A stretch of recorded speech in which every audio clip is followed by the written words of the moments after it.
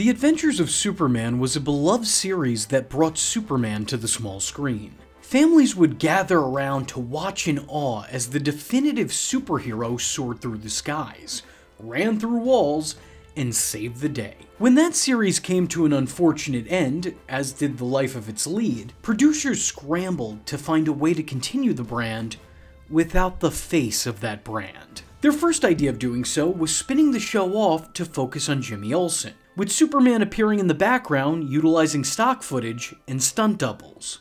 Luckily, the actor portraying the part nixed the idea and sent the studios back to the drawing board. There, two concepts were created.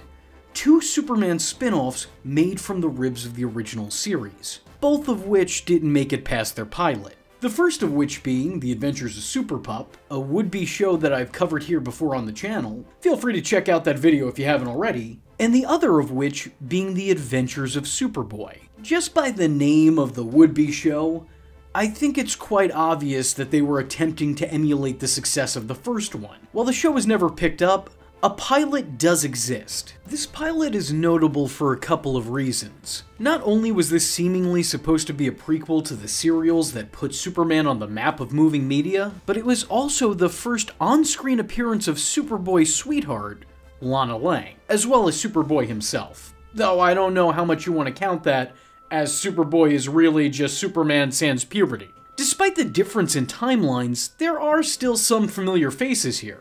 Actor Charles Maxwell played the Gunner, but he'd also appeared in an episode of The Parent Show as a character named Boris. The whole story feels like a second-rate Adventures of Superman story, just now set in a small town with high school students. It was clear that this was really attempting to recapture the spirit of that first show, a fact made even that much more apparent whenever Superboy is shown soaring through the skies, running through walls, and bending steel. This almost feels like watching a cover band of your favorite group play their greatest hits. It's familiar, but it's not as familiar as you'd like. I've mentioned that this was made as a prequel to The Adventures of Superman, but there are also elements that are working against this sharing a canon with that earlier/later show. In The Adventures of Superman, Clark's Earth parents are credited as Eben and Sarah Kent, just as they were named in The Adventures of Superman radio show, whereas here they're referred to as Jonathan and Martha Kent, as they're called in the comics. So strangely enough, this first and last episode focuses heavily on an unknown classmate of Clark's, Jimmy Drake. It does seem a little weird naming a one-off side character Jimmy, when Superman's best bud is also named Jimmy, especially for a time when naming conventions were definitely way overthought. Like much later in 1989, one of the alleged reasons that Harvey Bullock didn't show up in those Batman movies was out of fear of confusing the audience because they had already had a Harvey in Harvey Dent. Two of them, actually. In the first movie, he was swapped out with Lieutenant Eckhart.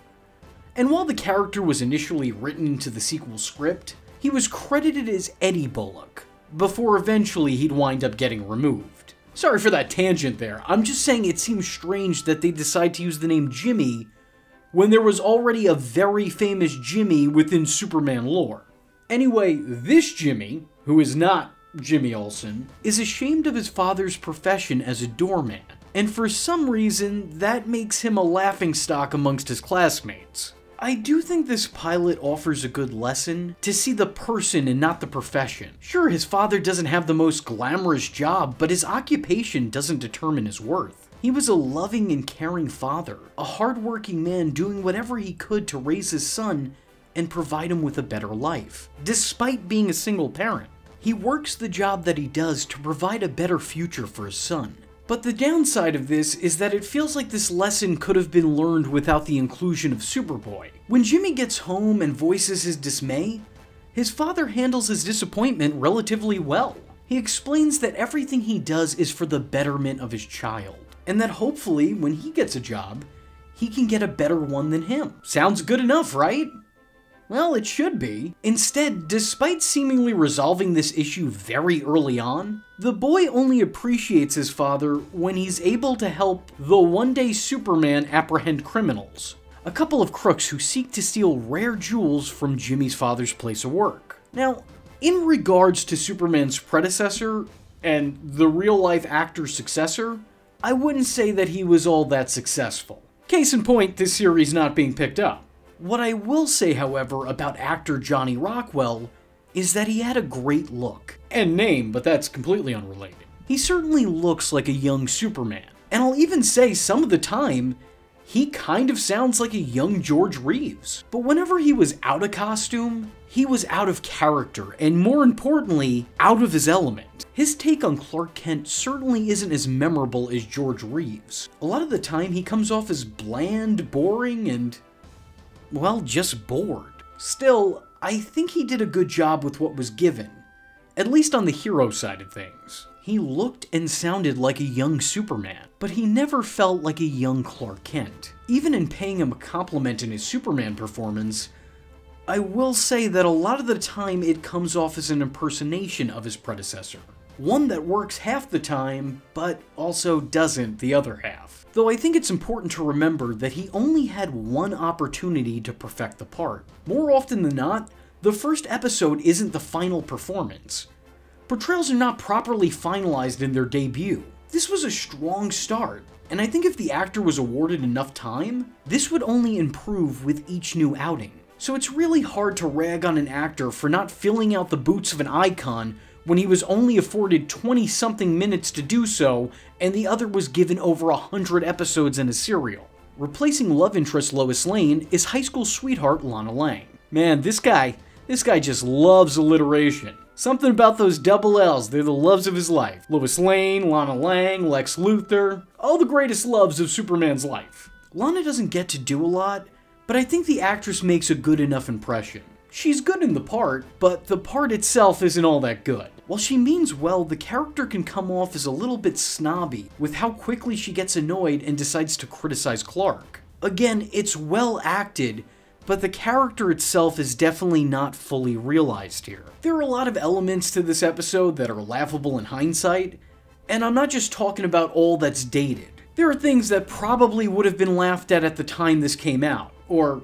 was supposed to come out. These three goons are planning on robbing the place where Jimmy's father works, and in order to do so, they got plastic surgery so they wouldn't be recognized. Which makes you think, A, where did they get the money for this procedure? Seems quite pricey, especially back then. And I kind of think you would need money in order to get that surgery. And I get that you have to spend money to earn money, but that just feels like way too much of a gamble. You're spending way too much money, and there's a chance that you're not going to get it back. And B, is it really worth it to completely change your identity just to be unidentifiable? Their plan also feels a little bit out of whack. They have a guy on lookout who is meant to shoot at the police to distract Superboy, and they're telling him he'll only do 3 months in jail. Man, I don't know what rules there were in the 1950s, but I have to imagine that even given the different time, that's way off base. Also, it's really just a good guess that the officer would ring in the cape rather than call in the squad. There's also this glowing lamp that signals to Superboy when someone's in danger. A police officer will radio it in, and then Clark Kent's light bulb starts blinking. I don't know the exact science or technology behind that one. That seems a little bit weird. What's most interesting about this series, though, is that while it was never picked up and remained unaired until it was unearthed, someone clearly saw some merit in it, as the unreleased pilot was actually repurposed and its story was turned into an issue of the Superboy comic. Pretty much beat for beat. Just swapping out Jimmy Drake with Tommy Hunter. Probably because, like what I said before, that would be one Jimmy too many. Tommy's ashamed of his doorman father until he finds a way to help Superboy out. Sound familiar? Well, it should, because that's literally what we've been talking about this whole time. As a matter of fact, while only one episode was shot for this series, several scripts were written. And out of the 13, at least 1 or 2 of them were recycled into the Superboy comic run.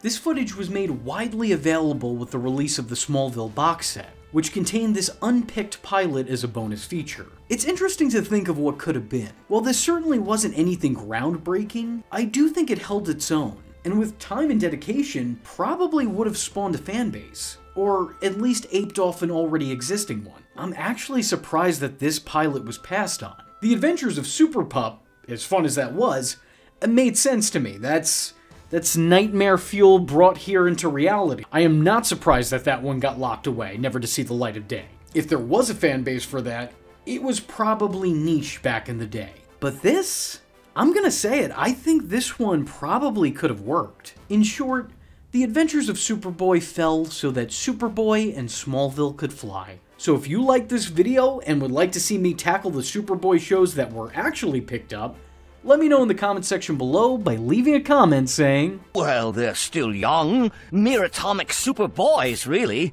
Now, before I go, I don't usually do this. I've had a Patreon for a while now, but I've really struggled with what to do with it. Luckily, the time is upon us where I can actually offer you guys exclusive and extended content that I can't make here on the channel. With new restrictions on what kind of content can be monetized or hell, even shown here on the platform, now's as good a time as ever to be placing my completely unaltered, uncensored, extended videos on my Patreon. I don't want to put my videos behind a paywall, but that's kind of the best place to put them for the time being.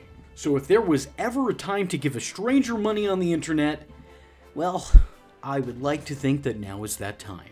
Just so everyone knows, all the money I make off my Patreon goes directly back into the channel. Everyone who donates to the Patreon will not be seen as a fan, but rather a producer of said content. And you will be credited as such in the closing credits here on the channel. So if you have the time and $1 to spare, help a guy out. If you can't, I appreciate your time and attention nonetheless. I am vengeance. I am the night, and that was V Infuso. Just remember, if you're not tuning in, then you're missing out. So, if you like the words that came out of his mouth hole, and you too would like to become a V-generate, don't forget to like and subscribe. Thanks for watching, nerds! And if you're not joining the fun, you're in for one bad day. And you know what they say about having one bad day?